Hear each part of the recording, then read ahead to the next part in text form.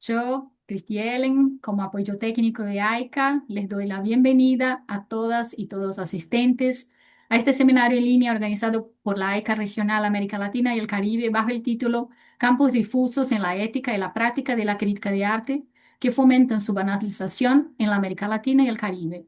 El evento está siendo grabado y posteriormente la grabación va a estar disponible en nuestro canal YouTube de AICA International. Por favor, mantenga sus micrófonos cerrados y pueden utilizar el chat de plataforma Zoom para sus preguntas que serán contestadas al final de las ponencias. Les deseamos que bien disfruten del evento y para su apertura oficial le doy paso a Bélgica Rodríguez. Muchas gracias. Gracias, Cris. Bueno, es solamente un saludo a todos los que se han inscrito a este primer seminario del año 2025. Eh, Nos corresponde hacer, creo que tres, con este mismo título, Campo Difuso en la ética y práctica de la crítica de arte que fomentan su analización en América Latina y el Caribe. Bueno, hay muchas discusiones sobre el título del seminario, pero es bien interesante tener a estos colegas, a Miranda Serrano Fernández y el mismo Juan Carlos Flores, quien es el alma de la organización de estos seminarios, sí, a quien yo le doy mi gran agradecimiento porque creo que sin su equipo, sin sus recursos, no creo que podríamos hacerlo todo lo que estamos haciendo hoy. Bueno, muchísimas gracias, Cris, por la de AICA Internacional, por tu apoyo. Y bueno, esperemos que nuestros colegas nos aclaren alguna de estos campos difusos en la ética y práctica de la crítica de arte. Bueno, gracias a todos por participar y, y gracias a los que se inscribieron en el seminario de hoy, que con esto damos inicio a nuestras actividades del año 2025. Muchas gracias.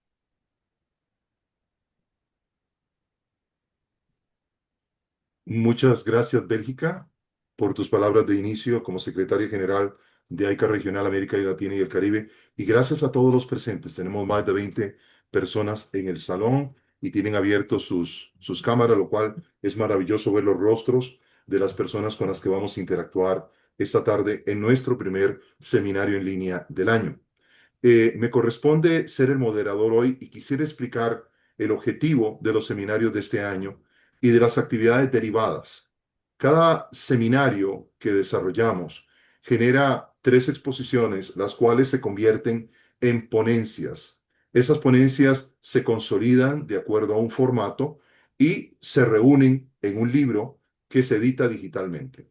Ya hemos editado 2 libros, producto de los primeros coloquios de los primeros 2 años de AICA Regional. El último lo presentamos hace menos de mes y medio y estamos trabajando ya en el tercero que tiene que salir antes de octubre. Esto que estamos haciendo hoy va a ser para el 4.º libro. El tercer libro es sobre referentes de la crítica en América Latina y dichosamente ya está casi a un 90%. ¿Qué es exactamente lo que nos hemos propuesto este año a raíz de este tema que ha sido consensuado por el equipo de trabajo que está al lado de Bélgica en la AICA regional? Primero que todo, voy a tomarme un minuto para explicar esto y presentar a nuestros ponentes del día de hoy. Una de las afirmaciones más consensuadas sobre la menguante influencia de la crítica de arte alrededor del mundo es que se debe a la influencia cada vez mayor del mercado, un proceso que se aceleró con el auge del mercado del arte en los años 80 del siglo pasado y que continúa hasta hoy. Con la enorme mercantilización del arte, los investigadores sostienen el argumento de que ante el mercado, la crítica inevitablemente pierde su poder. Ya no importa si la obra es buena, lo que importa es si se vende y esto fomenta su banalización. Esta podría ser la razón por la que otra queja común asociada a la palabra la crisis de la crítica es que ha habido un declive en la articulación del juicio estético en la crítica de arte.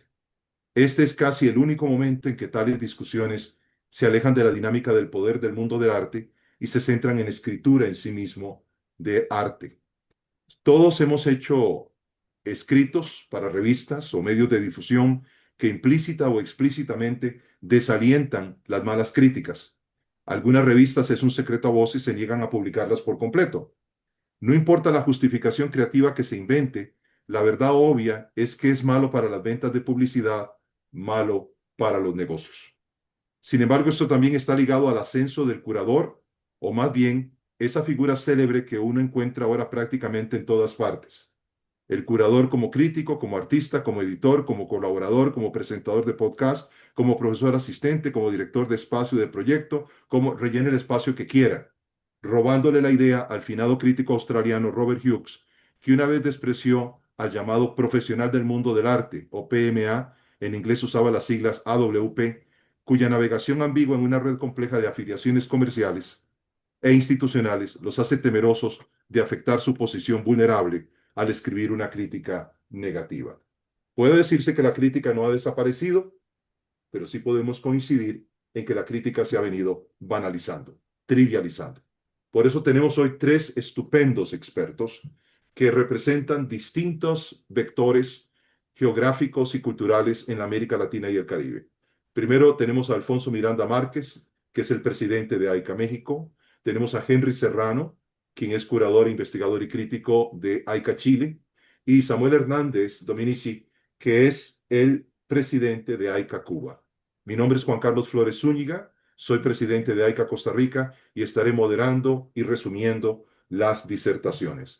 Vamos con la primera, porque la última vez que hablamos un poco del currículum de cada uno, alguien se enojó mucho, porque son impresionantes. Y la verdad es que yo quisiera que el que tenga curiosidad sobre cualquiera de ellos, los rastree en la internet y si no, yo se los mando para que vean lo autorizada que es su voz, dada su experiencia y experticia profesional.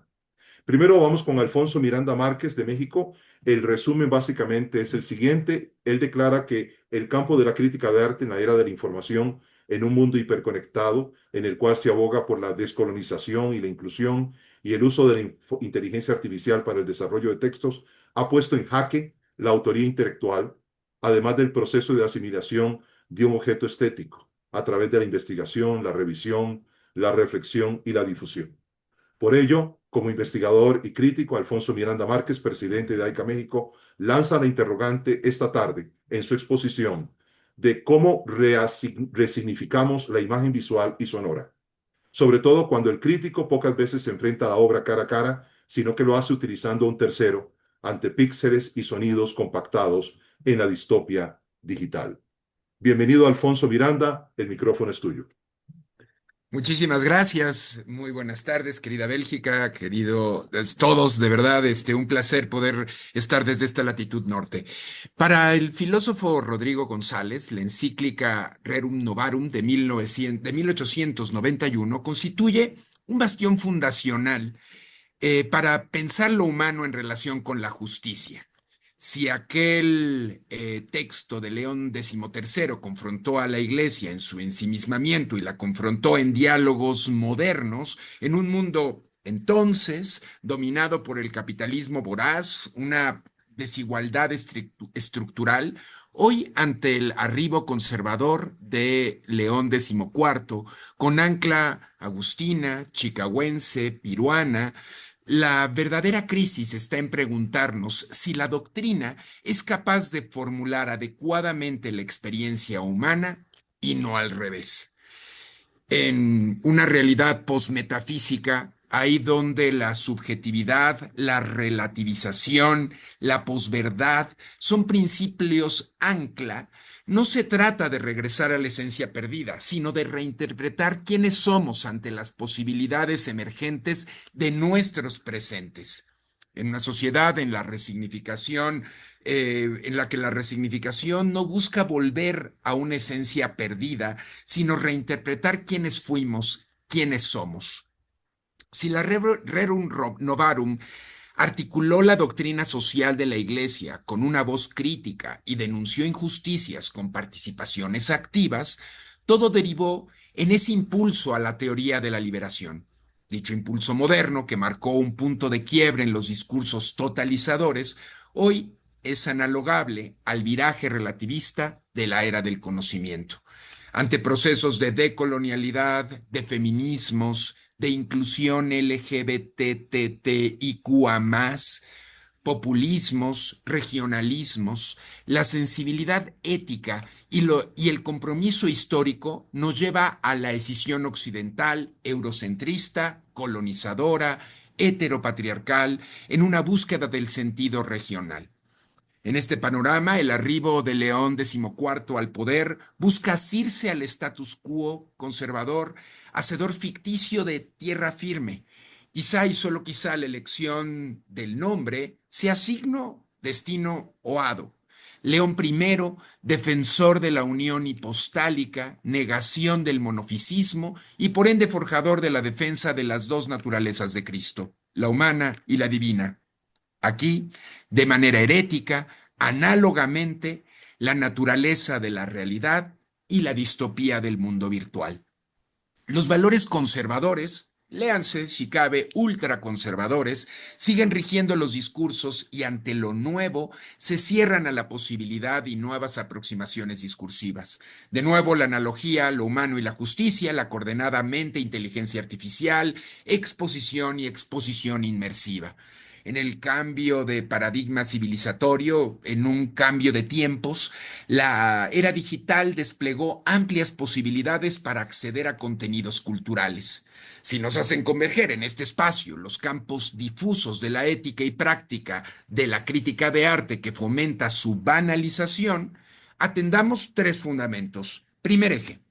En el campo de la crítica y de la crítica de arte, en la era de la información, en un mundo hiperconectado, la utilización de inteligencia artificial para el desarrollo de textos pone en jaque la autoría y al ser per se, además del proceso de asimilación de un objeto estético a través de su investigación, revisión, reflexión, difusión. El crítico de verdad que pocas veces se enfrenta a la obra cara a cara, tete a tete, sino que utiliza a un tercero que desde el paradigma anterior con la reproductibilidad de la imagen, bien lo hace mediante estampas, libros, fotografías, diapositivas, acetatos y hoy ante píxeles y la distopía digital, que nos hace preguntarnos y poner esta pregunta en el centro de la discusión, cómo resignificamos la imagen visual. Aunque lo mismo sucede con la grabación antes de la invención del CD y la partición del sonido hasta llegar al autotune o softwares capaces desde el ordenador de crear la obra musical completa. Asimismo, pongamos sobre la mesa la creación de la obra por inteligencia artificial. Con frecuencia, la verdad es que no damos créditos a las plataformas ni los artistas el reconocimiento a programadores y sus aplicaciones.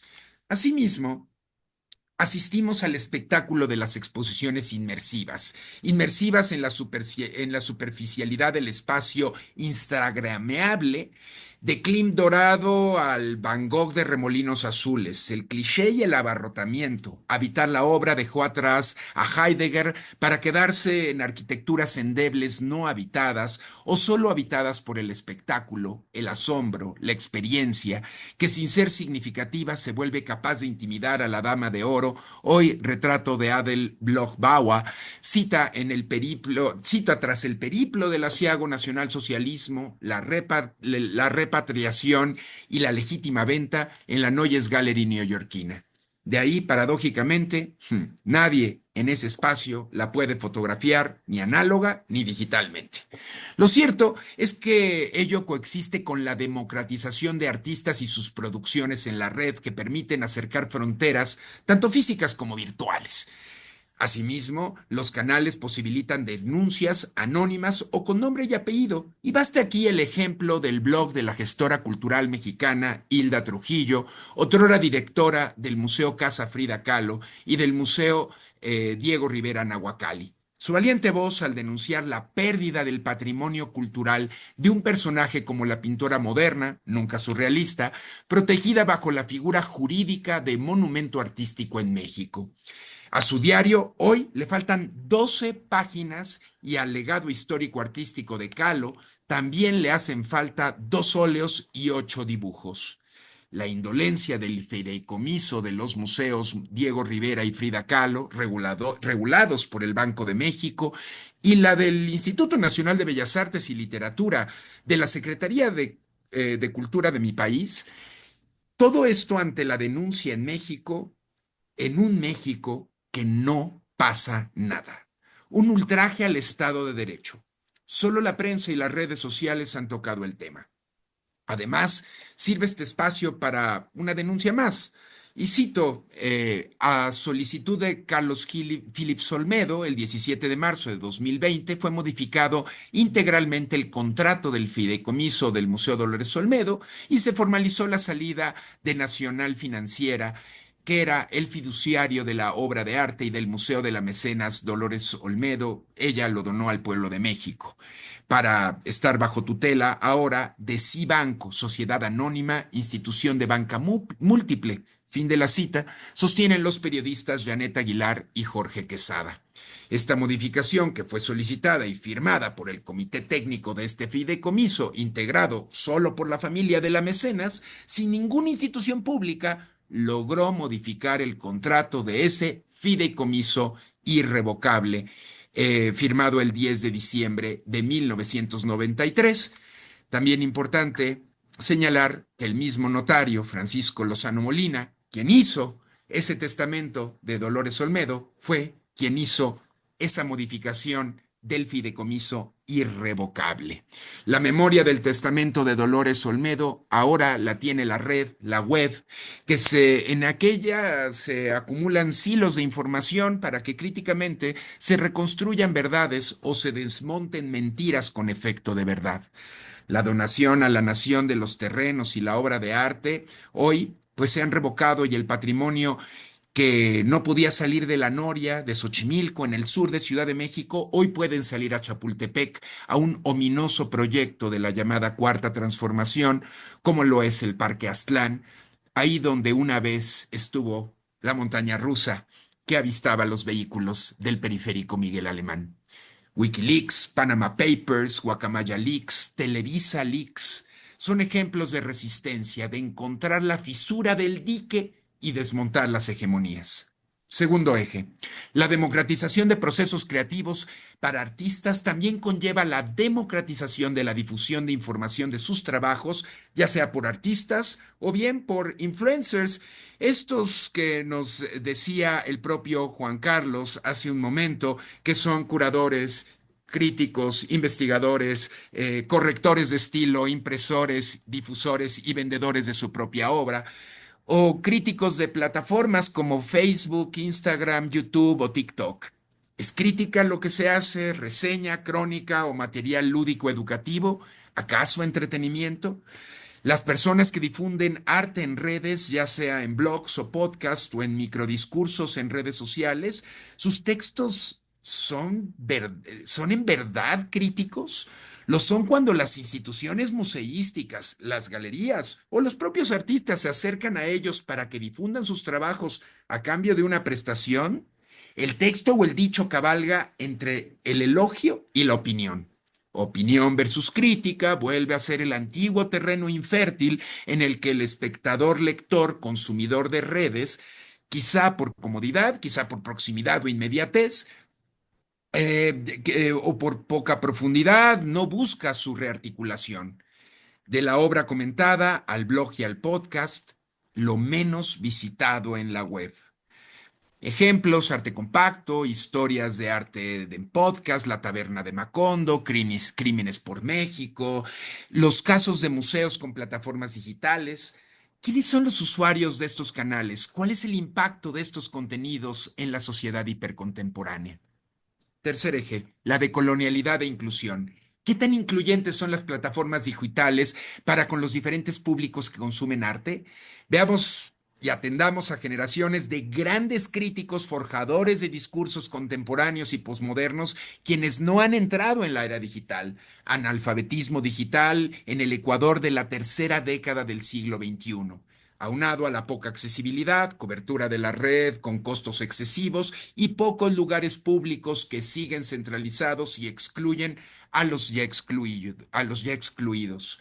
se afirma la colonialidad, se enaltece aquel doliente término acuñado para el cine colombiano y la pornomiseria, ahí donde se exaltan las desigualdades atravesadas por las violencias que vivimos en América Latina y el Caribe. El suelo no es parejo y hemos tratado de apisonar. El camino es largo y siniestro, aunque debemos hacerlo accesible para todas, para todos y hoy también para todes. Desde cada trinchera física o digital se debe construir.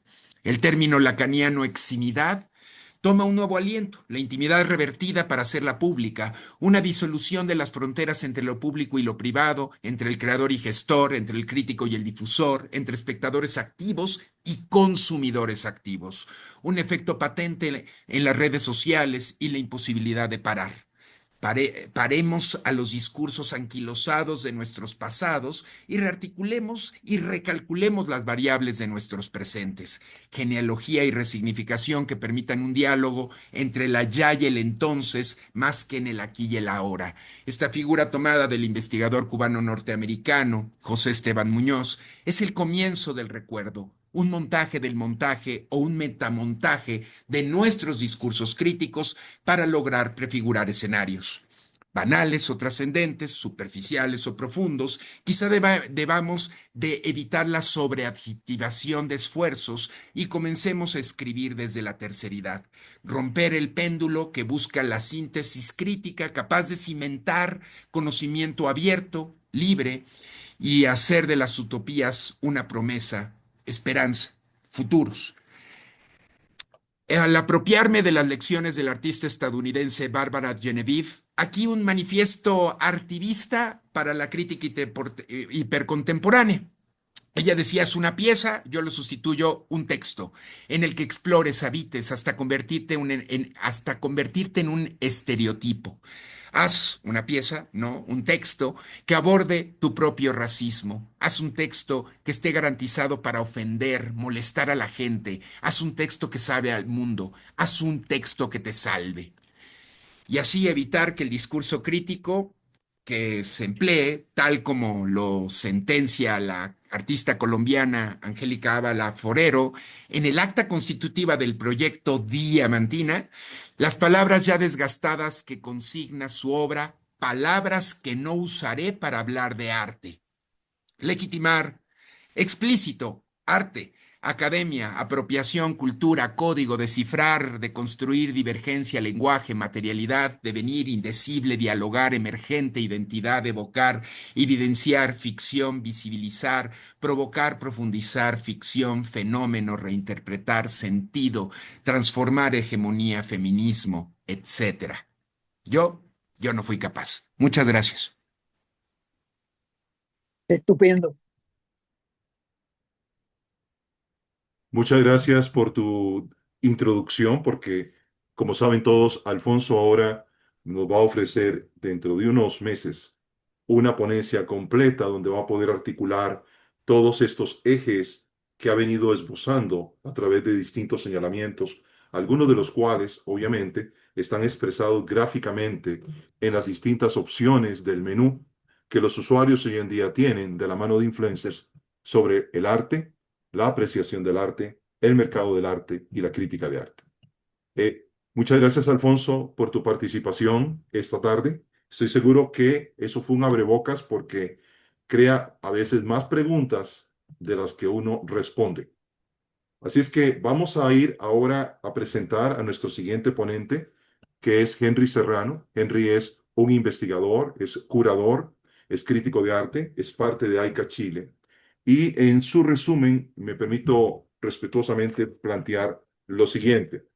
En el vertiginoso crisol de la contemporaneidad, donde las fronteras entre lo verdadero y lo falso, lo profundo y lo superficial, se difuminan a la velocidad de un clic, en la era de la posverdad, los hechos objetivos tienen menos influencia en definir la opinión colectiva que los que apelan a la emoción y a las creencias personales. De este modo, la crítica de arte se enfrenta a un desafío ineludible. Nos encontramos, asegura Serrano, nuestro segundo expositor, en un momento donde la ética y la práctica crítica transitan por caminos o campos difusos, donde la cuestión de la banalización emerge como una fuerza inusitada. Reflexionar sobre estas dinámicas es también entrar en un diálogo sobre el sentido mismo de la crítica y su papel en la construcción de significados y su responsabilidad social. A continuación, Henry Serrano hace su exposición. Bienvenido, Henry. Y muy buenas tardes a todos y a todas. Bueno, primero que lo que corresponde es agradecer la instancia de poder plantear o a lo menos construir algunas preguntas necesarias respecto de la naturaleza misma de lo que nos convoca como AICA, ¿no? Y la perspectiva desde el pensamiento latinoamericano. De alguna manera se me ha invitado a hacer estas reflexiones y a propósito de aquello, la imagen que estamos viendo nos sirve de incitación precisamente por uno de los casos más bullados en el último tiempo, una obra del 2019 que de alguna manera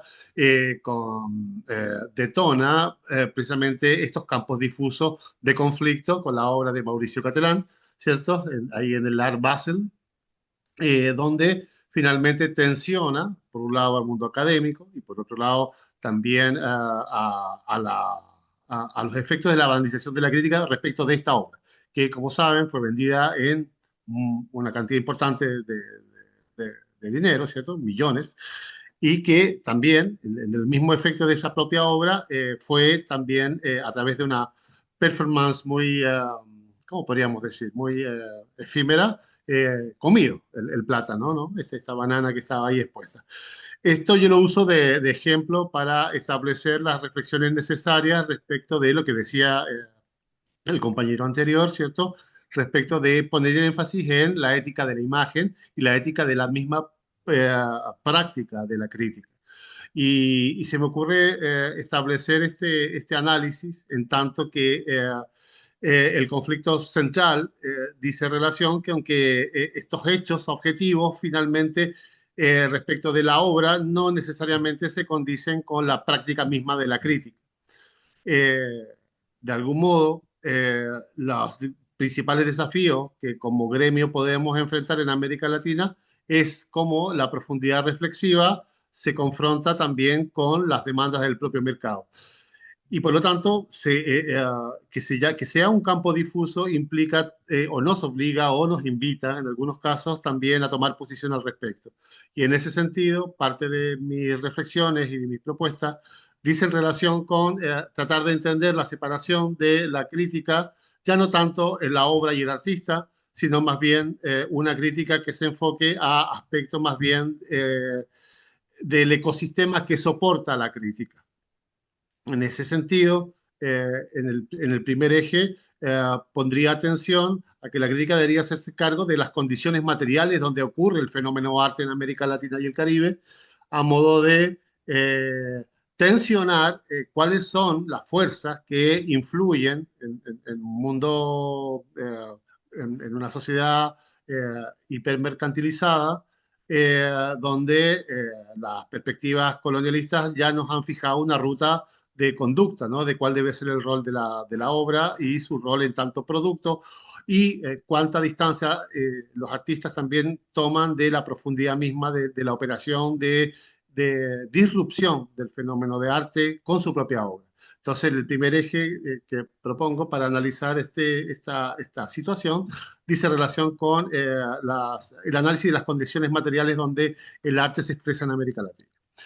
En segunda instancia, quisiera referirme como segundo eje a los efectos que la práctica de la crítica nos puede acompañar respecto del rol que la crítica podría tener como mediación con los públicos, ¿no? Como una suerte de establecer condiciones que permitan, sin pretensiones de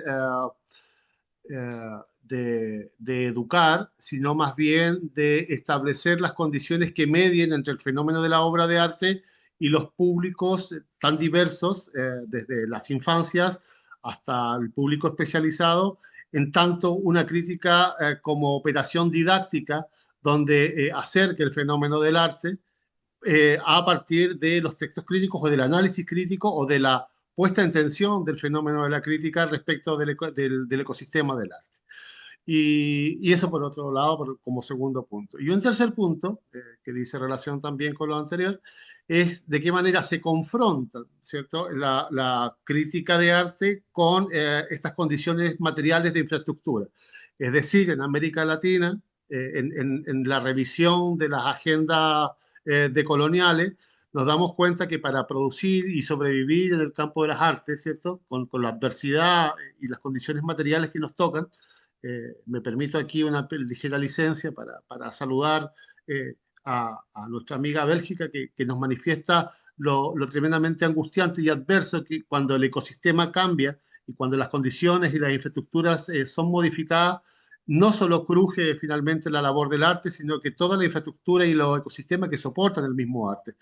Esto prueba un poco de que esta tesis de que poner atención en la labor de la crítica como productor de infraestructura también es un imperativo ético en la producción misma de la crítica. Eh, y esa licencia me la permitía porque vemos que la curva de deterioro de la incidencia de la práctica de la crítica y las artes en tantos fenómenos culturales en América Latina y el Caribe, cada vez la vemos fragmentada por el encargo que el propio mercado le hace muchas veces a la labor de un crítico, de una crítica, y esa labor termina por influir desde el valor de la obra, la definición de su circulación y también todas las operaciones oscuras, ¿no?, que sabemos que una crítica poco ética puede generar y modela el mercado.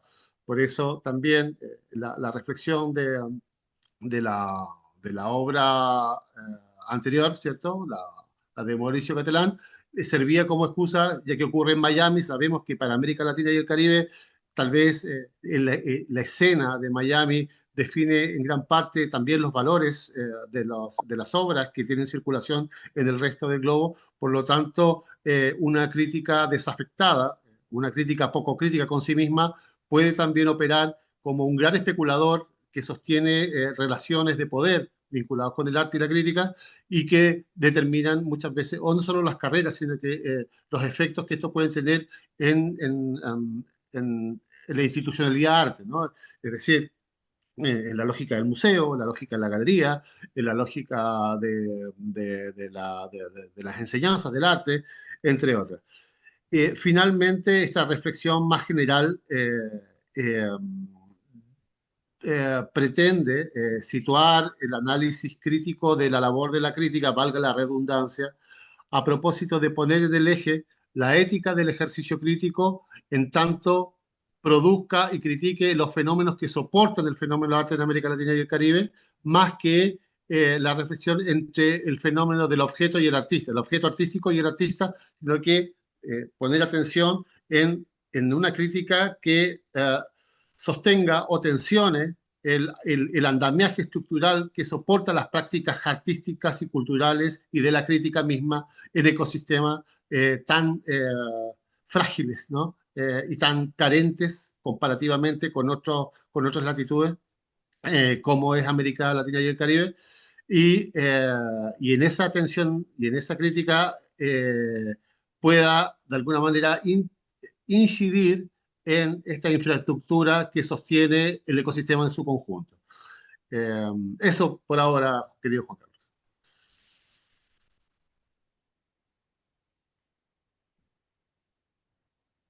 Muchas gracias. Muchas gracias a ti, Henry, por tu exposición.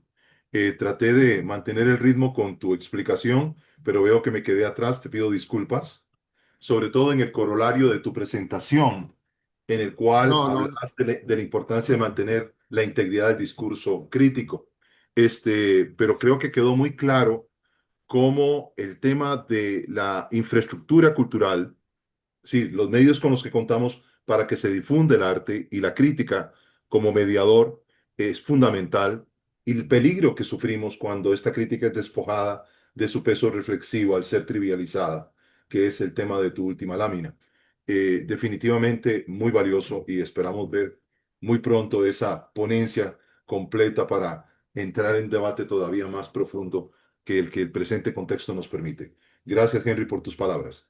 muchas Eh, gracias. quiero Quiero presentarles ahora a Samuel Hernández Dominici.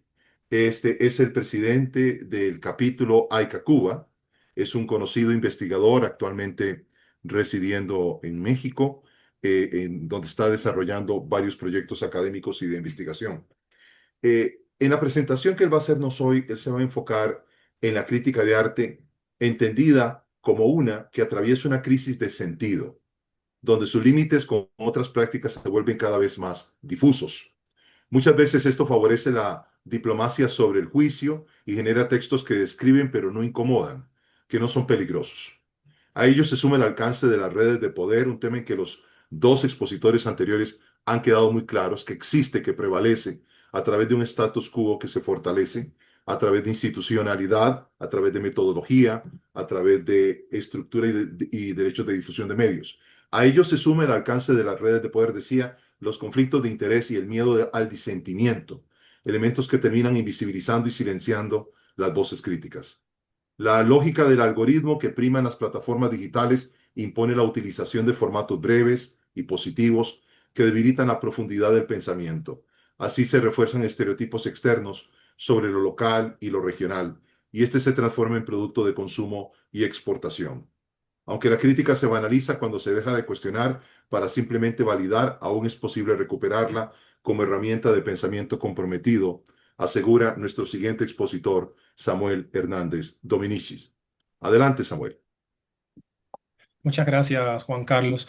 No sé si agradecer a Alfonso y a Henry porque me han elevado el listón y yo creo que me están colocando en una situación bastante delicada, pero trataré de estar a la altura y para responder al pedido del tiempo voy a leer para que sea mucho más precisa mi intervención. AICA Regional América Latina y el Caribe nos convoca a reflexionar una vez más en torno a un tema polémico y acuciante. En esta ocasión nos corresponde colocar la mirada en los campos difusos que se advierten en la ética y la práctica de la crítica de arte que fomentan su banalización. Como actores de este ecosistema, dialogamos y producimos en un contexto donde la crítica de arte parece haber perdido fuerza y sobre todo su función. En lugar de ser un espacio para la confrontación de ideas, se ha ido transformando en la prolongación del discurso institucional, un ejercicio meramente descriptivo o laudatorio de ética dudosa o ambigua. De ahí que se señale la crisis de sentido que esta práctica atraviesa hoy. Si puedes, por favor, regresa a la primera diapositiva. Yo te voy a ir avisando. Gracias. En este panorama, las fronteras entre la curaduría, la promoción cultural, incluso la opinión personal se han vuelto cada vez más difusas, a veces llegando incluso a entrelazarse en su ejercicio. Y es en este contexto desde donde me interesa posicionar mi reflexión para intentar dilucidar cuáles son los efectos de estas nuevas dinámicas sobre el pensamiento crítico en el arte, pues lo que está en juego es precisamente la profundidad del ejercicio crítico, su ética y su función. Siguiente diapositiva. Para comenzar, me gustaría compartir algunas preguntas clave para conducir esta intervención y repensar nuestro ejercicio. ¿Quiénes tienen hoy la autoridad de ejercer la crítica? ¿Desde qué plataformas y en qué condiciones materiales escribimos? ¿A qué intereses responde esa escritura? Y sobre todo, ¿cuánto estamos sacrificando la profundidad del pensamiento crítico para adaptarnos a las exigencias, del circuito? Advierto de antemano que no hay para ellas respuestas sencillas y que pudieran implicar desde la honestidad un ejercicio de vulnerabilidad. En la siguiente diapositiva.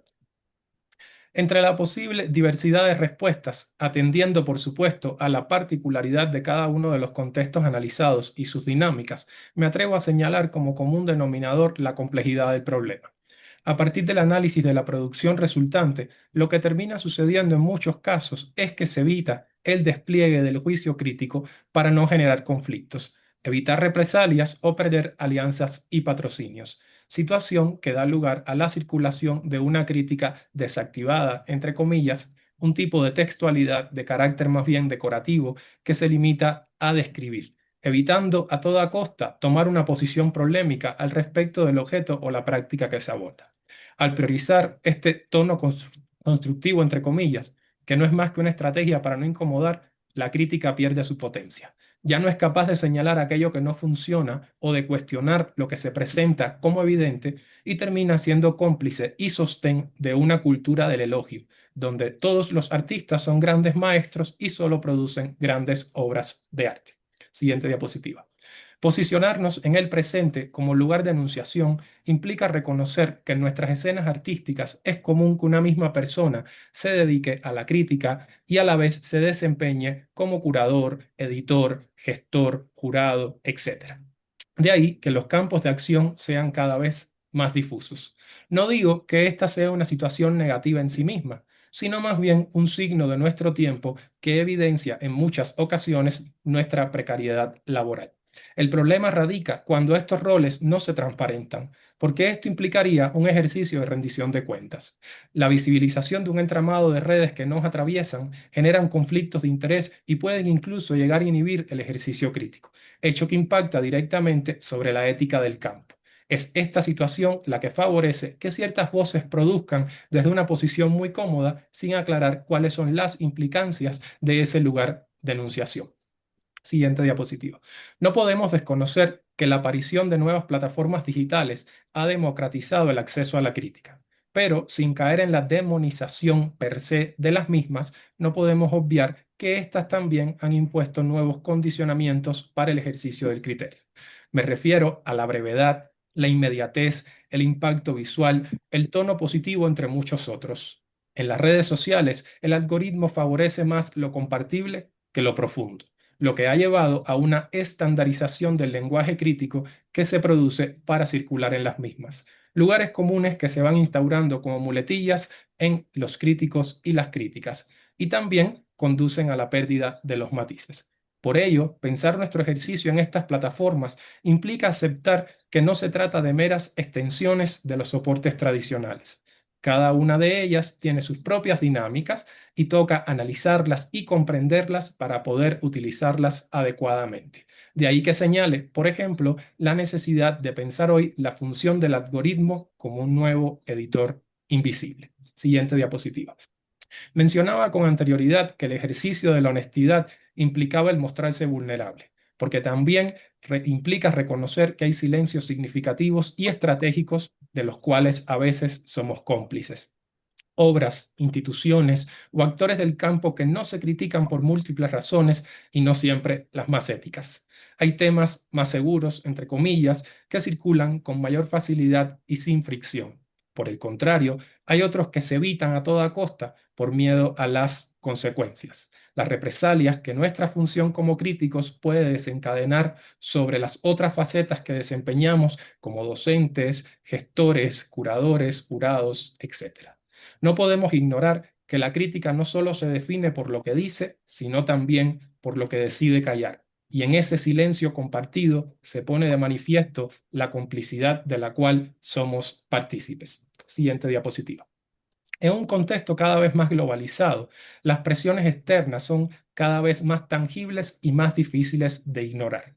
Desde afuera, si revisamos convocatorias, residencias, llamados, open calls en general, muchas veces se espera que el arte latinoamericano y caribeño dé cuerpo a ciertas temáticas como son la violencia, la identidad, el exotismo, por citar apenas algunos de ellos.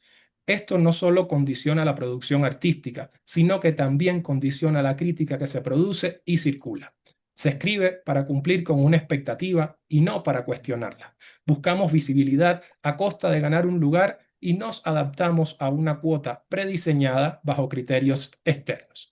En ese proceso se banaliza la complejidad de nuestras prácticas y con ello su alcance. Y por supuesto, en ese ejercicio de colonización se domestica la potencia de nuestra escritura. En otras palabras, se banaliza. Siguiente diapositiva. Los efectos de esta situación no son a largo plazo. Algunos, aunque prefiramos no advertirlos, son visibles e impactan nuestro accionar cotidiano. Permitir que la crítica solo circule y se instaure como un ejercicio de validación implica un empobrecimiento del debate. Con esto no solo se limita la circulación de las ideas, sino que se pierde la posibilidad de disentir, de pensar en profundidad y, ¿por qué no?, de incomodar. El ejercicio del criterio, o más bien hoy la alarmante ausencia de estas prácticas escriturales que señalo, termina transformándose en un simple eco del circuito, o peor aún, del sistema en su totalidad. Dejemos de aportar a la construcción de un pensamiento crítico e emancipador colectivo, parece ser la misiva que queremos instaurar. Siguiente diapositiva. Afortunadamente, no nos enfrentamos a un panorama sin salida, ni nos hemos resignado ante la situación que describo como si se tratase de un sino trágico. La propia realización de este webinar y la participación de mis colegas en distintos roles da cuenta de ello. Es importante aún así tomar acciones concretas e involucrarnos en los esfuerzos por revertir el panorama antes descrito. Por ello es necesario recuperar el juicio crítico como una herramienta para impulsar el ejercicio argumentativo y nunca como un ataque personal. También hay que ampliar el mapa de voces e impulsar su visibilización.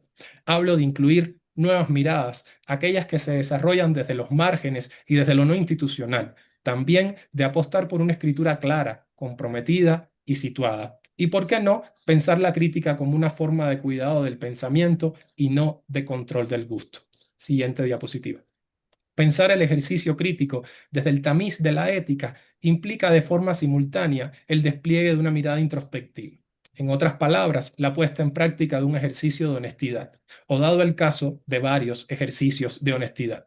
Como actores del campo de reflexión, es necesario fomentar un diálogo donde se nombren de forma explícita los conflictos de intereses que nos involucran, lo que implica reconocer sin tapujos nuestras propias contradicciones. También es importante generar las condiciones de posibilidad para disentir sin quedar excluidos y con todo ello contribuir a que la crítica siga siendo un espacio vivo y no un ejercicio de legitimación del poder. La siguiente. Sostener la interrogación de qué ejercicio crítico hablamos hoy como un cuestionamiento inaplazable a lo largo de mi intervención no implica que acepte que la crítica de arte esté muriendo como una enunciación afirmativa, que en muchos espacios está siendo domada, domesticada, despojada de su poder revolucionario y transformador, es un hecho. Como también lo es que muchas veces, quizás sin percatarnos, somos parte activa de este proceso. Recuperar su filo es una urgencia, pero esta necesidad no implica el retorno a un modelo de autoridad absoluta o jerarquizada, sino más bien apunta hacia la importancia de repensar desde dónde, para quién y con qué fines estamos produciendo hoy nuestras textualidades. Por ello, prefiero como conclusión dejar abierta este interrogante. ¿Qué sucedería si la crítica de arte dejara de ocupar ese espacio de validación al que ha sido relegada y comenzara hoy a incomodar como un ejercicio tanto ético como necesario? Muchísimas gracias. Muchas gracias, Samuel. Me permito hacer un resumen veloz de las tres exposiciones, que aunque cortas, han sido tremendamente profundas y tienen un montón de puntos salientes que no puedo ignorar. Uno de los primeros textos en comunicación que me tocó leer era un texto de McLuhan que se llamaba, famoso porque venía ilustrado por un fotógrafo italiano, Fiori, y básicamente en él decía, el título, como todo el texto, estaba centrado en que el medio es el mensaje. Y venía una ironía dentro de él, y es que conforme el medio es el mensaje, se vuelve un masaje. Quisiera en ese sentido destacar el hecho de que hace 45 años, cuando empezaba en la crítica de arte, este escenario que ha descrito Samuel y en el cual han coincidido con distintas piezas, Henry y Alfonso, es el que había en el escenario centroamericano, donde me ha tocado trabajar. Era justamente un escenario donde todo tenía que ser, comillas, constructivo, para no incomodar, donde había lo que acaban de usar ahora, un silencio, voy a usar la palabra corporativo, en sentido de cuerpo, en que la sociedad aceptaba tácitamente que no debía incomodarse, no debía cruzarse la línea, y que el papel de la crítica era esencialmente sumar y ayudar al creador o al medio o a la institución. Sumo a esto el hecho de que pareciera que vivimos ciclos en términos de la muerte de la crítica, ¿verdad? Y aunque coincido con todos ustedes hoy en que ciertamente la crítica no está muerta, tengo que concluir ciertamente en que el proceso de domesticación ha avanzado muchísimo. La semana pasada, el director de una conocida revista de crítica neoyorquina, Hyperallergic, escribía justamente defendiendo que la crítica de arte, que es el sustento de la revista, seguía vivo. Y yo me preguntaba por qué el director de una revista tiene que salir a defender el argumento de que la crítica está viva cuando dirige una publicación que se dedica a la crítica. El tema es que básicamente la mayor parte de los usuarios no son tontos, Pueden ser ignorantes los lectores, pero no son, pueden ser ignorantes, pero no pueden ser tontos, en el sentido de que hay una inteligencia natural que hace que la gente desconfíe de los argumentos que son meramente complacientes, cómodos o que no cruzan la línea o que no son peligrosos. Y esa actitud del público se ha revertido a los medios que pretenden tener el dominio y el control del acceso a la publicación y difusión de la crítica. Quiero agradecerles a todos porque vamos a abrir ahora el debate entendiendo que los puntos que han hecho suman en todo momento y sustentan un argumento esencial, que la ética, que pertenece al campo de la filosofía por excelencia, debe ser incorporada de una manera intencional, tanto como autocrítica de los críticos, como también para evaluar el ejercicio crítico público en todos los espacios. Y actualmente, después de una revisión previa a este evento, me di cuenta que nadie habla de ética en ningún evento de crítica, lo cual me hace sentir que ciertamente es el momento de que al menos América Latina y el Caribe levante la voz sobre este tema y establezca esta necesidad perentoria. Así es que vamos a entrar al espacio de preguntas, pero quiero cederle primero la oportunidad a nuestra secretaria regional, Bélgica, que la he visto asentir en todo momento, en todo lo que se ha dicho, para que ella haga un comentario inicial y saltamos a las preguntas de todos ustedes. Cuando participen, por favor, si no está bien identificado su nombre en su respectiva pantalla, indíquenos su nombre y de dónde nos llama para plantear su pregunta. Bélgica, y luego seguimos con ustedes. Muchas gracias, Juan Carlos, y gracias a los colegas que han participado hoy. Sí, en realidad ha sido maravilloso todas las intervenciones, pero yo me quedo con una gran preocupación. Todos han hablado de ética, de estética, de eh, los campos difusos y práctica de la crítica de arte, pero no se ha hablado de los valores plásticos de la crítica de arte. Es decir, eso se deja de lado. Yo recuerdo que cuando yo estudié en Londres con Alan Bones, con unos grandes profesores de la historia del arte universal, se hablaba de que los grandes cambios que ha habido en el arte y en la crítica están relacionados con los grandes cambios que han habido en la práctica de los valores estéticos y plásticos de una obra de arte. Entonces se habla mucho de la emoción, de, bueno, de que los sistemas, cómo puede banalizarse una crítica de arte a partir de los esquemas y las relaciones con un contexto social, político, económico donde se desarrolla la crítica de arte.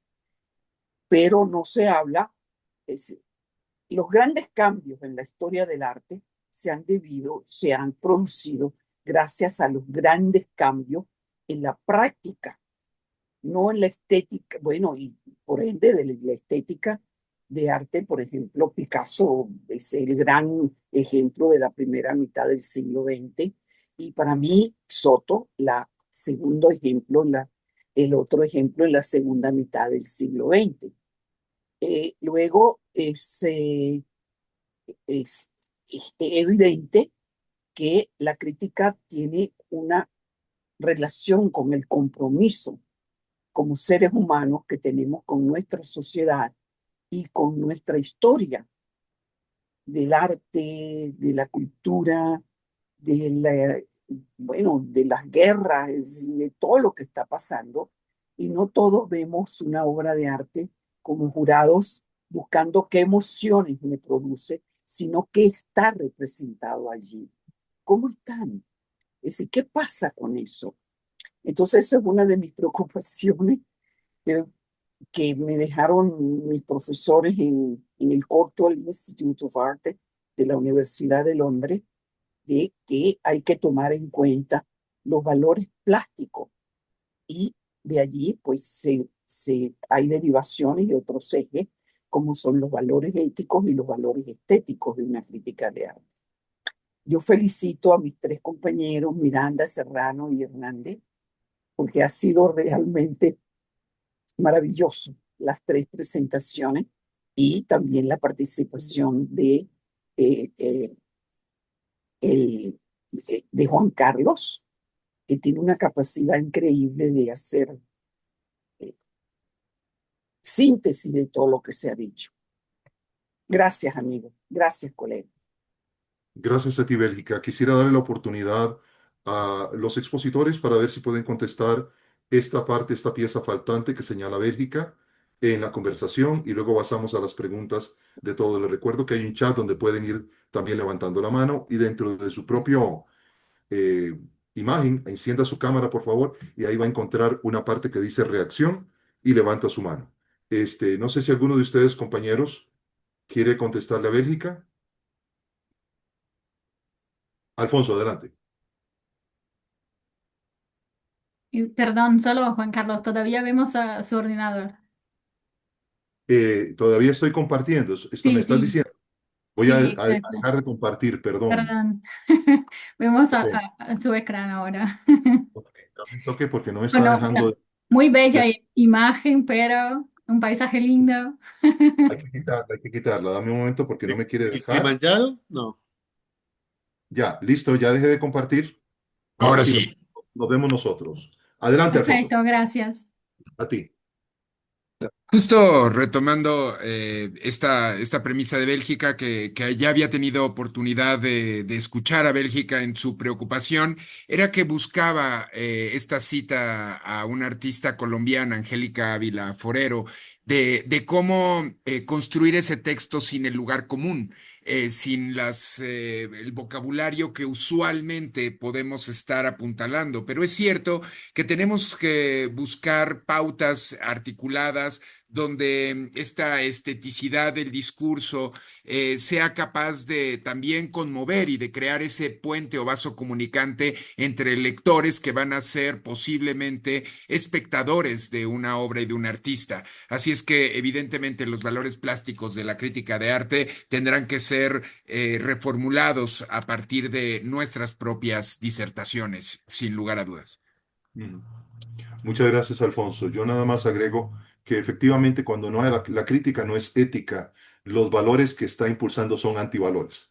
Sí, es imposible poder replantear los valores de la obra de arte si nuestra propia posición es una posición complaciente o está respondiendo a un interés pecuniario del mercado.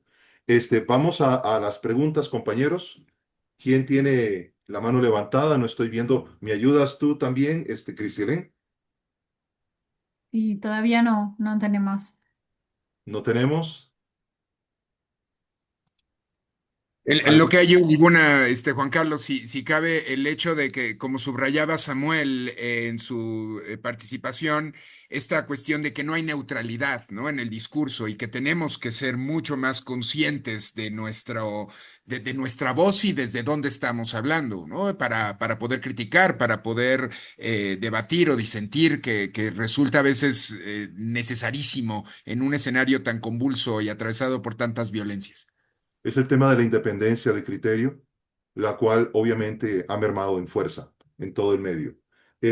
Si alguien quiere hacer alguna pregunta, tenemos Sí, yo me encantaría poder, sobre todo la última Henry. reflexión que nos propone Alfonso, me parece interesante también que en la velocidad y el cambio de medio también nos vemos enfrentados cada vez más a que las plataformas digitales principalmente, por un lado la estrategia de una crítica clientelar, ¿cierto? De esta complaciva, ¿cierto? Esta que se pone a disposición del ecosistema de arte como certificadora de lo bueno y lo malo que sostiene y por otro lado, una posición polemista, ¿no? Una crítica que busca, en algunos casos, de manera artificial, una polémica que por solo la condición de polémica permita dar más like o menos like. Digo esto, cuando uno tensiona el recurso de la crítica, nos podemos también polarizar respecto de que el exceso de complacencia por un lado, pero por otro lado, una polémica artificial que puede constituirse en un producto más vacuo y banal, ¿no? En el mismo ejercicio crítico. Creo que eso también es un desafío que nos aporta este tipo de conversación. Perfecto, me encanta eso. El tema de la gratuidad nuevamente nos lleva de vuelta a la ética. Es decir, si yo estoy provocando artificialmente un argumento, no lo hago en favor del discurso civil o del enriquecimiento de mi audiencia, sino únicamente, como tú le estás diciendo, para ganar algunos puntos. Muy bueno. Quisiera saber si algún compañero o compañera que está presente en la sala quiere preguntar, tiene alguna interrogante, alguna duda. Ahora tenemos un comentario de Evelyn de Costa Rica. Ok. Evelyn Evelyn, Castro. Ella puso Evelyn, en el ¿quieres? chat ¿O un lo lees tú? comentario. Juan Carlos, Sí. Van a leer un comentario. ¿Lo Sí, vas a leer? Adelante. bueno, la crítica debe empezar en los procesos de formación del artista. Y de esto no sé si existen diagnósticos del ejercicio de la enseñanza del arte y de si esto se contempla metódicamente, igual si son artistas autodidácticas. Yo me permito aventurar una respuesta rápida que se me quedó pendiente antes, pero este es el momento y tiene que ver con esto, el tema de la formación. Si hablamos de la formación académica, que es un tema que hemos venido investigando por lo menos localmente, nos hemos dado cuenta que la mayor parte de los estudiantes reciben cursos de crítica de arte, pero que no incluyen dentro de la discusión el juicio estético, lo cual es un gran absurdo, pero tiene una explicación. La mayor parte de las publicaciones de historia del arte que se hacen localmente, que no son pocas, son muchas, siempre omiten emitir juicio estético. Entonces, obviamente tenemos estudiantes que aprenden sobre la historia del arte, pero no aprenden sobre el ejercicio o articulación de criterio para valorar esa obra, sea por sus valores intrínsecos o aquellos que socialmente o históricamente se están dando. Entonces, hay una incompetencia general durante el proceso de formación académico que dura de 3 a 4 años, en que los artistas se someten a varios cursos, por lo menos eso ocurre acá a nivel de la Facultad de Bellas Artes y también en otras instituciones universitarias, y no hay discusión. Y es lamentable que la mayor parte de los profesores de crítica de arte no son críticos de arte tampoco. La no, mayoría son artistas o son propiamente, en algunos pocos casos, historiadores. Pero normalmente son de competencia artistas que le enseñan a los artistas sobre crítica de arte. Entonces hay una gran paradoja en todo esto. Ese es mi pequeño aporte para responder, Evelyn, pero sé que los demás tienen más que decir. la crítica de arte no se enseña, Juan Carlos. La crítica de arte es un resultado de una experiencia profesional que uno transita durante un tiempo muy largo y es más que todo análisis de la obra de arte. Yo no la llamo, yo no soy una crítica de arte, yo soy un analista de la obra de arte. Entonces eso no se enseña, eso se aprende a través de la experiencia, del estudio, de, la, de todo lo que tú has hecho como director de museo, como director de esto, como miembro de tener una página en un periódico. Bueno, entonces eso no, eso me parece una barbaridad que enseñen crítica de arte, eso no se enseña. Bueno, Porque, de bueno, hecho, te por aclaro eso que sí existe en los currículums académicos de varios países la ya lo sé, enseñanza ya crítica lo de sé. arte, y universidades. La discusión es si lo que sale de ahí es un crítico de arte, pero te voy a plantear por extensión. ¿Salen artistas de la formación artística académica? No, Tampoco. Entonces, en el fondo es una formación que es meramente seminal, pero va a depender, como vos lo acabas de plantear, de la experiencia, de la vivencia del artista y de su seguir creciendo en esto. Pero sí, por lo menos yo espero personalmente que si estás hablando de un curso de crítica de arte en una universidad, al menos se pueda conocer el criterio, se pueda discutir sobre el criterio, sobre la argumentación crítica. Y eso sí está estudiado. tienes razón. Bueno, una vez yo tengo una anécdota muy divertida. Aquí se formó una universidad de las artes con gran bombos y platillos y estábamos en una reunión con Carlos Cruz Diez y Soto y, el director que era un artista de esta universidad, muy orgulloso, dijo que este año salían no sé cuántos licenciados en arte en la como artista y el Cruz 10 le dijo, ¿Son licenciados o son artistas? Porque, bueno, lo que sale es gente formada para comenzar una práctica artística, ¿verdad? Una obra que después puede considerarse de arte o no. Eso depende de muchas cosas. Eso no depende solo de la formación, sino depende también de la genialidad, ponlo entre comillas, y creatividad de un artista y su preocupación por manifestar en su obra diversos ejes creativos que la experiencia le va enseñando poco a poco. Ujú. Entonces, no, Gracias. una escuela no forma artistas, forma licenciados. Ok, igual en crítica, licenciados en crítica. Pero sin Exacto. embargo, yo no menosprecio la oportunidad de la formación y me parece que No, es no, importante. no. Juan Carlos, yo he sido profesora fundadora Ok, de la Escuela de Arte de la Universidad Central de Venezuela. Y una de las cosas que siempre me preocupé era de la formación, de las lecturas. Entonces nunca les decía, yo no les voy a explicar la historia del impresionismo. Léanla porque hay como 50 historias del impresionismo y ustedes fórmense su propia opinión y después conversamos sobre eso. perfecto. Totalmente de acuerdo. Una última, Henry, perdón. adelante. Sí, sí, no, no, es solo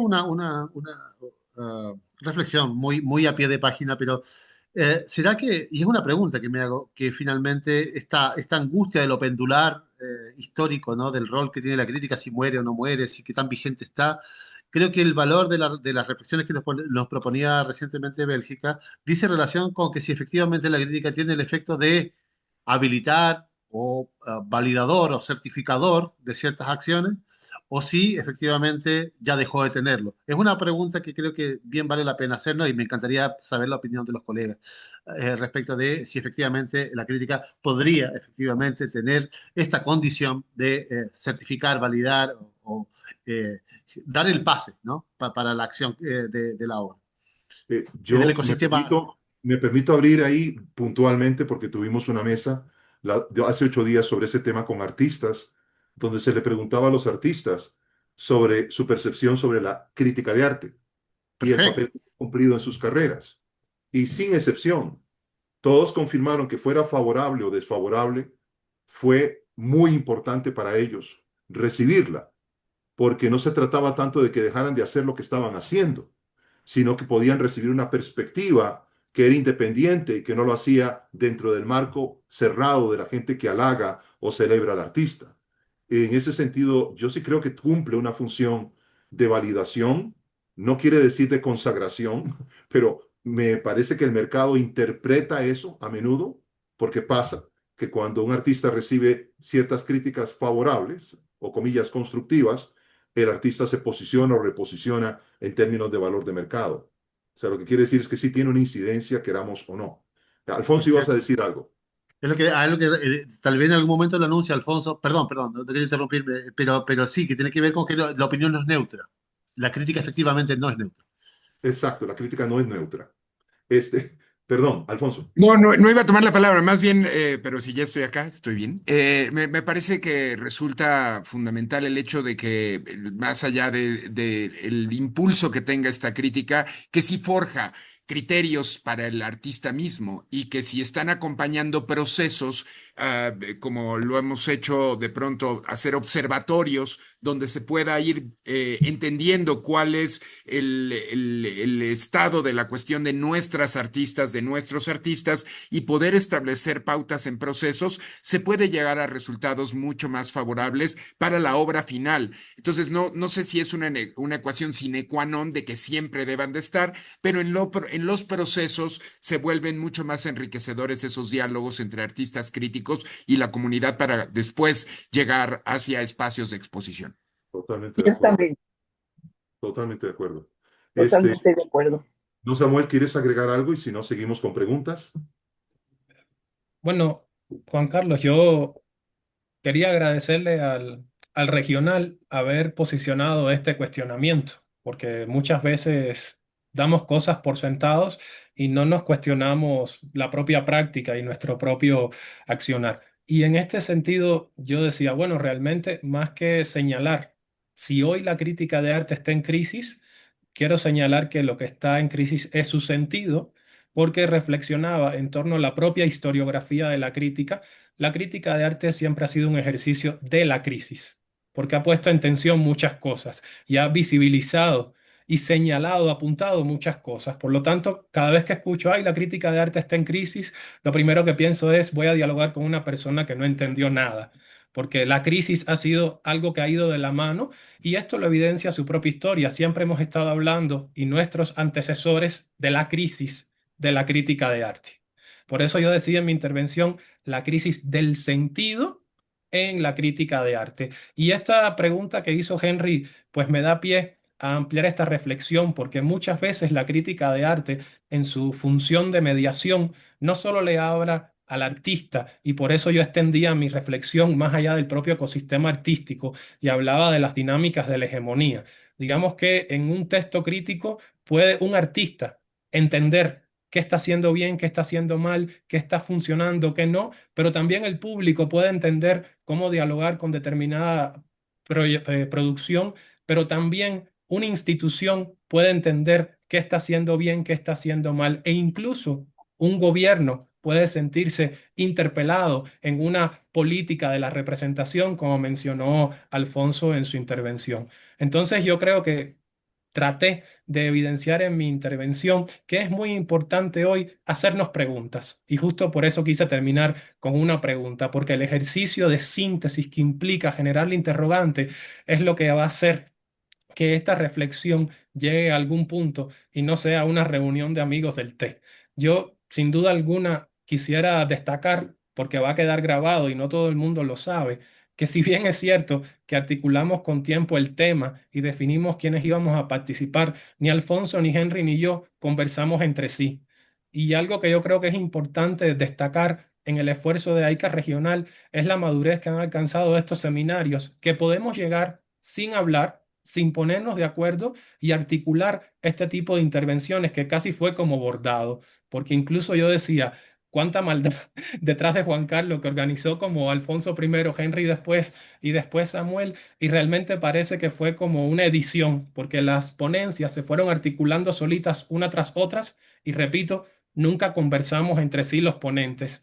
Hoy descubrimos qué pensaba Alfonso en mi caso, qué pensaba Henry, y fue realmente un ejercicio muy agradable ver cómo se iban articulando las intervenciones cuando además las escribimos de antemano. Y bueno, aunque Alfonso y yo estamos en el mismo país, ni siquiera estamos cerca, ¿no? Así que tampoco coincidimos en la discusión, no es que hayamos volcado nuestros diálogos previos en la discusión.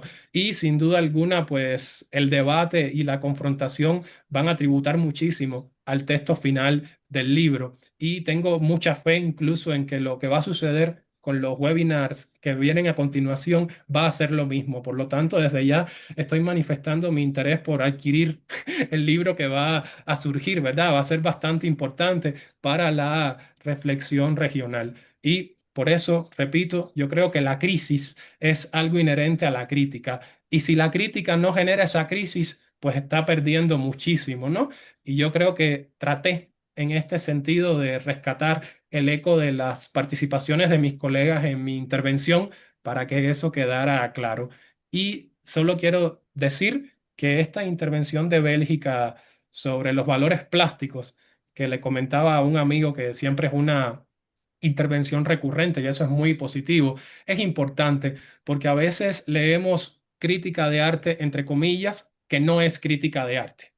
Puede ser una reflexión de carácter filosófico, puede ser una reflexión de carácter incluso hasta esotérico, religioso, pero digamos que nunca llegamos al centro, al eje de la discusión que estaría de la mano con estos valores plásticos que Bélgica estaba mencionando. Y esto es algo que también nos damos cuenta en la propia escritura. Cuando una persona, por ejemplo, comienza a hablar de grabado y no tiene idea alguna de cómo se graba, no tiene idea alguna de cuáles son las herramientas que se emplean en el ejercicio del grabado y por lo tanto comienza a apuntar a una serie de elementos que no tienen nada que ver con el análisis que está produciendo, sino que en realidad tiene que ver con su desconocimiento.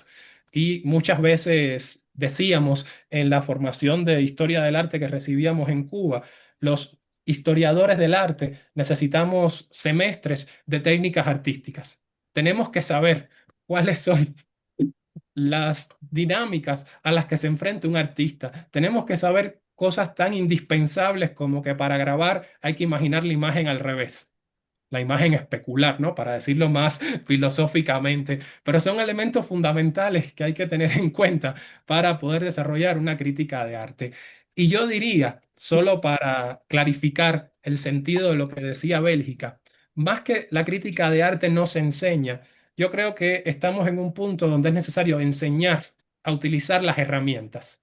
Y lo que hagamos con esas herramientas, producto de la difusión, pues ya tiene mucho que ver con nuestro propio camino, con nuestra propia formación y con nuestro propio compromiso ético. Yo siempre recuerdo a un escritor cubano que decía, yo tengo como escritor que sentarme cada día a escribir, porque yo tengo que entrenar mi órgano. Si no lo entreno, se atrofia.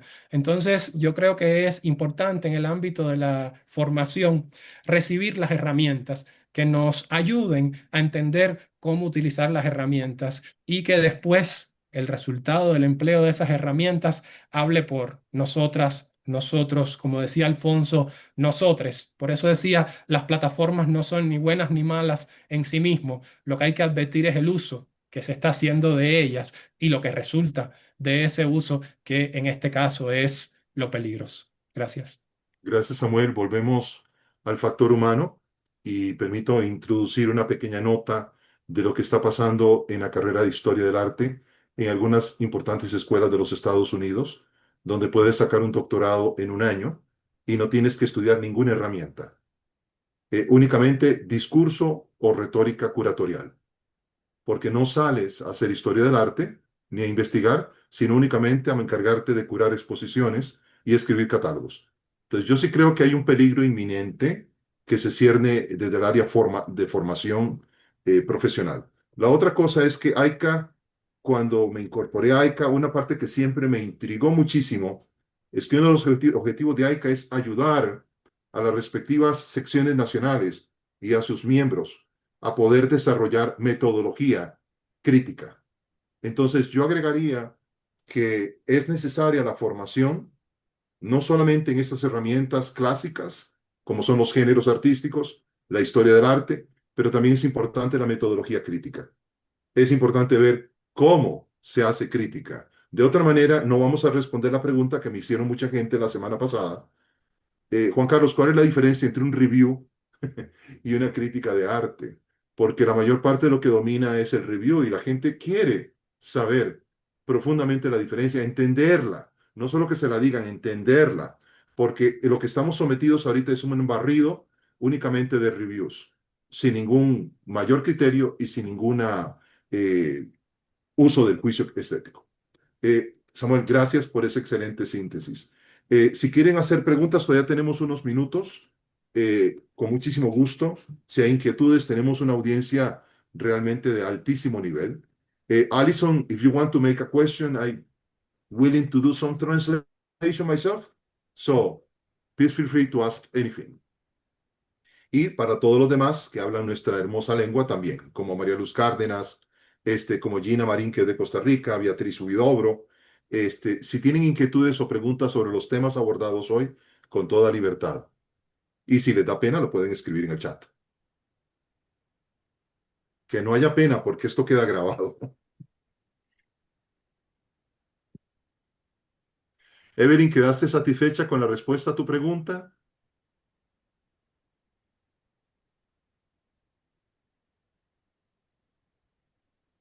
Sí, Era una muchas gracias. pregunta. Sí, te quedó claro. El elemento de la autocrítica del artista me parece muy interesante.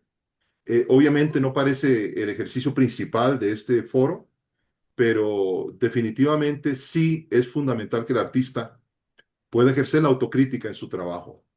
No hay forma de que progrese, crezca emocional, espiritualmente, artísticamente, en destrezas y demás, si no hay una autocrítica. Esperar que todo venga de parte del crítico afuera que en algún momento se ocupe de su trabajo, a veces resulta un poco remoto. Nosotros tenemos en Costa Rica más de 70.000 personas que se declaran artistas plásticos y así lo ponen en sus páginas del Facebook. Y te imaginarás que no hay suficientes críticos para cubrir todas las exposiciones que hay en el país y que a veces uno se vuelve malditamente selectivo.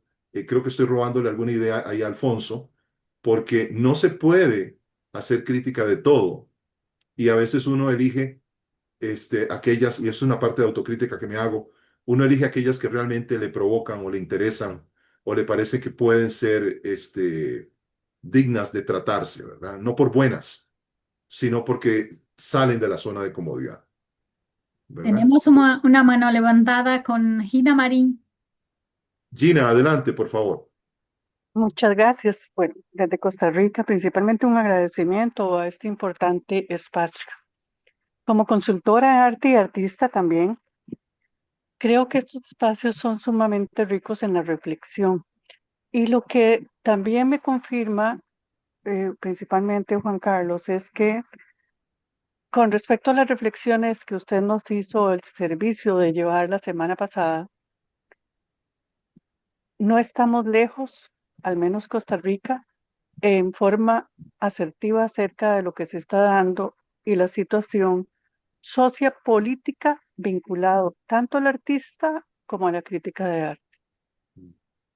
Principalmente mi participación es de agradecimiento, de reconocimiento para nutrir mi aprender a aprender. Nada más. Muchas gracias. Muchas gracias, Gina, por tus palabras y nos mueven en la dirección en que este año nos hemos decidido comprometido. Nuestro próximo foro va a ser muy interesante porque aun cuando no va a usar el mismo título, va a meterse de lleno en un tema de preocupación que es el tema del discurso curatorial. Y en ese foro vamos a tener la oportunidad de tener a Lisbeth Rebollo como moderadora. Yo no sé, Lisbeth, si tú tienes algún comentario de lo que ha pasado hoy, No, que quieras agregar. no solo me consideré muy interesante, muy importante esta presentación, la reflexión que se hicieron los compañeros presentes, ponentes, y, y me quedo siempre con la cuestión de la necesidad de pensar mucho en la historia de la crítica, porque si pensamos en la historia, tenemos argumentos y también instrumentos para pensar la realidad presente, porque siempre cuando trabajamos pensamos un discurso en su tiempo, un discurso en un momento de la historia del pensamiento, y así nos queda mucho más fácil trabajar en nuestras realidades, ¿no? Por supuesto, hay que tener en cuenta los distintos problemas que enfrentamos. Acá, por lo menos en Brasil, yo creo que lo que es más serio es la cuestión del mercado. Esta es la interferencia, lo que más interfiere con una visión, una lectura, una interpretación de la crítica. El cruce del mercado es un problema muy serio, porque si pensamos en otros momentos, vemos una situación de aclaración, una situación de afirmación de movimientos, un contexto bien diverso, pero de los 60 para adelante, por lo menos acá en Brasil, los años 70 del siglo pasado, más todavía más cerca del momento actual, tanto más cerca llegamos, más hay la interferencia del mercado. Hay la interferencia del mercado en el interés por lo que sea arte, en el interés por hablar sobre arte. Eso es algo muy peligroso y que hace las cosas difíciles, ¿no? Cuando un trabajo de dirección más histórica, una dirección más evaluativa se desarrolla, ¿no? Eso yo pienso que es algo que tenemos que tener siempre presente porque es algo que nos hace eh, tener un poco de duda muchas veces en lo que estamos haciendo. Excelente. Creo que todos, de un grado tal vez no tan profundo, reconocemos que el mercado es ciertamente una fuerza que está dominando no solamente la comercialización de obra, sino también que se posiciona como obra de arte.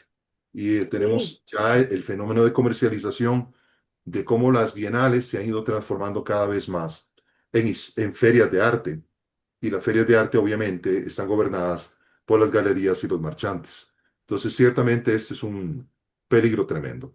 sí. Hay una pregunta, antes de que se refieran a lo que planteó nuestra querida Lisbeth, que está haciendo Evelyn y es para Alfonso sobre el tema de los observatorios de arte, que es un tema que a mí también me han hecho acá, pero no con ese nombre.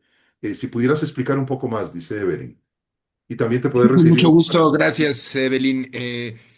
Tener en consideración quiénes son nuestras creadoras, nuestros creadores en un escenario ha sido una tarea siempre compleja, porque ¿quién legitima que el artista es tal? Más allá de filias y fobias, más allá de los intereses propios del mercado, en el escenario convergen un número muy amplio de impulsos creativos. Entonces, pues hay, dependiendo las latitudes, dependiendo los esfuerzos, instituciones, con frecuencia son universidades, pero pueden ser organismos independientes, a veces promovidos por algunos críticos de arte, el hecho de poder crear plataformas donde se tengan monitoreos desde en una ciudad, en qué sectores están ubicados los artistas, cuál es su interrelación, si dejaron ese taller en un momento hacia otro pueblo de la propia ciudad, también marcarlo, o hacia dónde se están moviendo internacionalmente. Ese mapeo pues nos lleva a un pulso de que va a arrojar múltiples variables y que de acuerdo con los intereses particulares de una crítica pueden resultar necesarios para poder atender mejor.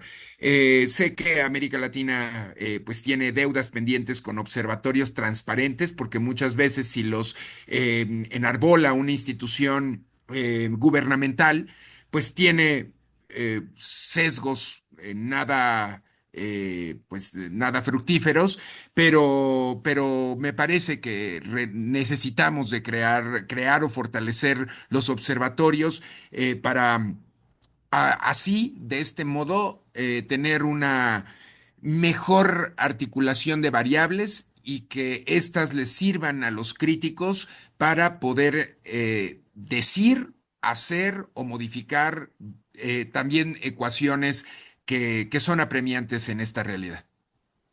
Alfonso, una pregunta. ¿Cuál es la diferencia que haces entre estos observatorios que hacen levantamiento de información y actualizan esto periódicamente de las llamadas cartografías? En realidad en América Latina las hemos combinado, ¿no? Los observatorios con las cartografías han sido múltiples. En realidad en un principio necesitamos un observatorio que diga dónde está en este mapeo y una cartografía puede ser mucho más crítica porque muchas de las cartografías que nos enseñaron los psicoanalistas a principios del siglo XX pues han a que son trans ciudades, es decir, son regionales. Me parece que AICA pues nos lleva a tener consideraciones como esta. Y a lo mejor, pues de acá podremos encontrar regionalmente un buen listado de artistas. No estaría mal, ¿eh? Habrá que No, pensarlo, muy bien. Juan Carlos, de poder realizar, bueno, quiénes son los artistas que veamos encontrando a nivel, pues ya institucional, sólido, de gran trascendencia, o los de carreras media o los emergentes, que son muchos, pero que debemos de empezar a prefigurar y atender. Genial. Ya me dejaste una tarea más para este año. Hay algunos compañeros más aquí presentes. Si hay algún comentario, creo que nos quedan unos 5 minutos. Corregime, por favor, Cristilén. Sí, está perfecto, 5 minutos más. 5 minutos más. No sé si Gloria tiene una pregunta, Beatriz, María Luz. ¿Por qué estás tan calladita hoy? Aquí puedes hablar, en Venezuela no, pero aquí sí. Bueno, esperemos que se conecte. Este, de nuestra parte, No, yo, sí estoy conectada. Lo que pasa es que, no sé, estoy bastante bien impresionada de todo lo que hemos escuchado y tratando de elaborar más preguntas, pero es que sobre todo acá en Venezuela la situación es crítica, es muy, muy crítica y todos estos conceptos nos golpean muchísimo. claro que sí. Pero qué maravilla que AICA se mantenga firme en Venezuela y que personas del peso de Bélgica sean tan Sí, valientes sí, todavía para seguir ahí. sí. O sea, porque el día que se vaya a Bélgica, que cierren y apaguen la luz, ya no hay nada que hacer. Porque creo que No, sí, que tampoco es apaguen la así. luz. Como decían los uruguayos en la dictadura, igual, el último que salga que apague la luz porque no queda aquí nadie que piense. No, no, Este, un momentico, Juan Carlos. AICA Venezuela tiene todos sus veintitantos miembros muy bien posicionados dentro de la crítica y la historia del arte en el país. Entonces, hacen una tarea todos de, de apoyo entre sí y del movimiento de artistas venezolanos y de las exposiciones que hay en Venezuela. AICA Venezuela es una institución muy respetada y muy importante, que a lo largo de muchos años se ha posicionado como uno de los, digamos, banderas de la seriedad con sus premios, con sus... y bueno, yo me puedo ir mañana, que eso no hay ningún... Bueno, ya estoy de salida en realidad, ¿no? Afortunadamente, durante mi periodo de presidente de AICA, pude promocionar a mucha gente joven con AICA Internacional, AICA París y con AICA Venezuela. Y están trabajando muy bien. en buena hora. Solo quería Bélgica, picarte, perdóname. sí, perdón, quiero parecer, sí, con el riesgo de parecer poco protocolar, pero quiero no artificialmente polemizar, aprovechando que tengo a Bélgica acá. Si me permite hacerle una pregunta, Bélgica, respecto de su rol histórico en el campo de la crítica en América Latina y de qué modo gobiernos autoritarios o curvas de degradación como la que en estos momentos vive el pueblo venezolano ha afectado la crítica de arte y si usted de alguna manera ha sentido coerción o afectaciones principalmente ideológicas en el ejercicio de la crítica de arte en su país. Bueno, esa es una pregunta bien difícil. Yo tengo 60 años trabajando en el medio cultural de Venezuela y de América Latina. Desde 1964 me incorporé y de allí, bueno, salí, viví fuera de Venezuela. He vivido nunca, es la misma pregunta que le hacen a uno de vez en cuando si uno ha sentido discriminación por mujer. No, yo nunca he sentido esa discriminación. Debe ser porque, bueno, tengo una fortaleza o una, como me decía Jesús Soto, una carga masculina muy fuerte. Entonces, pero el momento más crítico para nosotros ha sido el actual, desde de estos últimos 25 años, donde los periódicos han sido clausurados, donde no hay papel, eh, pero podemos seguir sacando nuestros libros. Yo llevo, no sé, 50 libros publicados y, eh, y trabajamos, por supuesto, con muchas dificultades, pero más que todo no, por nuestras carencias diarias, domésticas. No tenemos agua, no tenemos la electricidad, no tenemos internet, en fin, todo eso, pero no nos damos por vencidos. Seguimos trabajando y todo AICA, todos los miembros de AICA han jugado un papel muy importante dentro de la supervivencia de la crítica, de la escritura. Todos hemos sacado libros en los últimos años de una manera independiente, por supuesto, porque yo a mí no me pueden invitar a dirigir un museo ni a dar una conferencia, ni mucho menos, porque yo no comulgo con este gobierno, no con esta dictadura menos, pero eso nos pasa a todos. Pero sin embargo, de una manera independiente, hemos trabajado muchísimo, seguimos trabajando y bueno, esto va a terminar en algún momento y nosotros seguiremos sobreviviendo, como la canción de los ABBA. Eh, no nos pueden callar y tampoco esa cuestión de la ideología en la crítica de arte es muy compleja.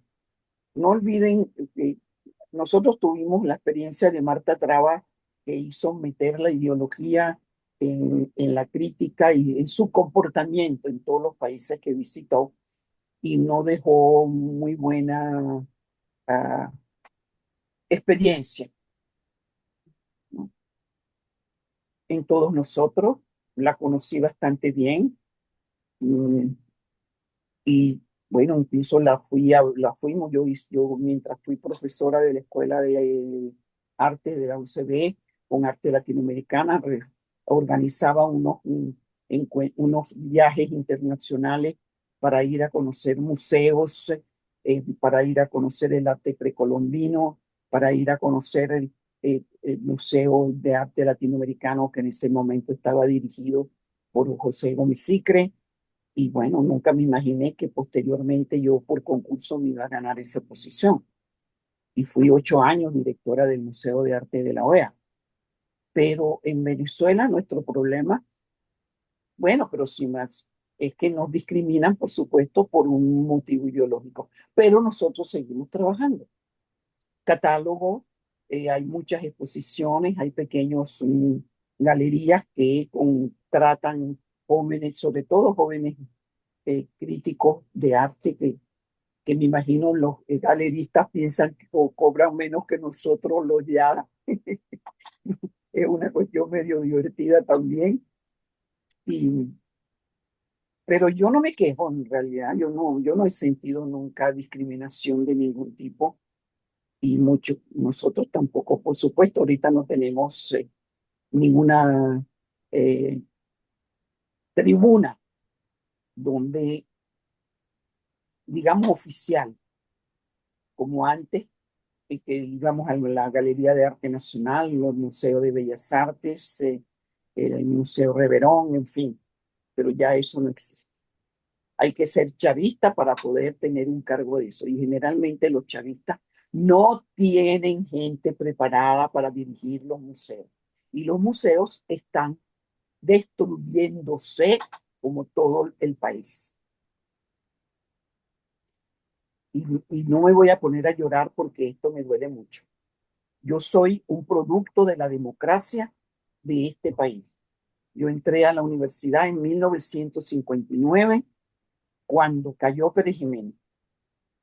Cayó esa dictadura y de ahí en adelante la Universidad Central de Venezuela y mi país me lo dio todo, todo. Y a mí no solo, a nuestros artistas, jóvenes, mayores, y todo.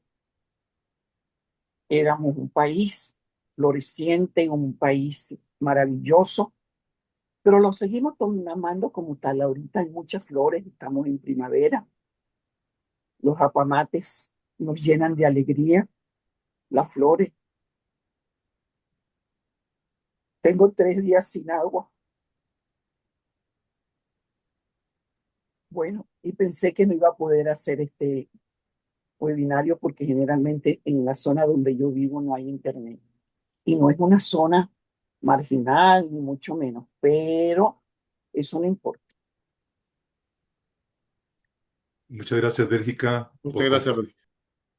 muchas gracias por tu transparencia en todo esto. Y quiero agradecerles a todos por habernos acompañado. Este ha sido nuestro primer webinario del año y estará disponible en unos pocos días, merced al trabajo de nuestra querida Cristelén Ribeiro, En cuanto esté listo, lo vamos a publicitar para que puedan volver y retomar, porque creo que hoy las síntesis que hicieron los tres expositores son como gotas que hay que decantar, ¿verdad? Es que fue muy comprimido. Todos no respetaron los 15, sino que hicieron todavía todo en menos tiempo del esperado, lo cual normalmente no nos pasa. Siempre hay que pararlos y a estos no hay que pararlos porque solitos hacen su síntesis. Así es que muy agradecido, Alfonso, Samuel, Henry, por esa capacidad de síntesis que tienen ustedes. Estoy, como todos, con expectativa de ver sus textos y trabajar como editor este libro para ustedes. Que todos estén muy bien. Ha sido un gusto verlos a todos y nos hablamos pronto. Abrazos, Gracias, compañeros. gracias a los Muchas expositores. gracias. Gracias a todos, a todas.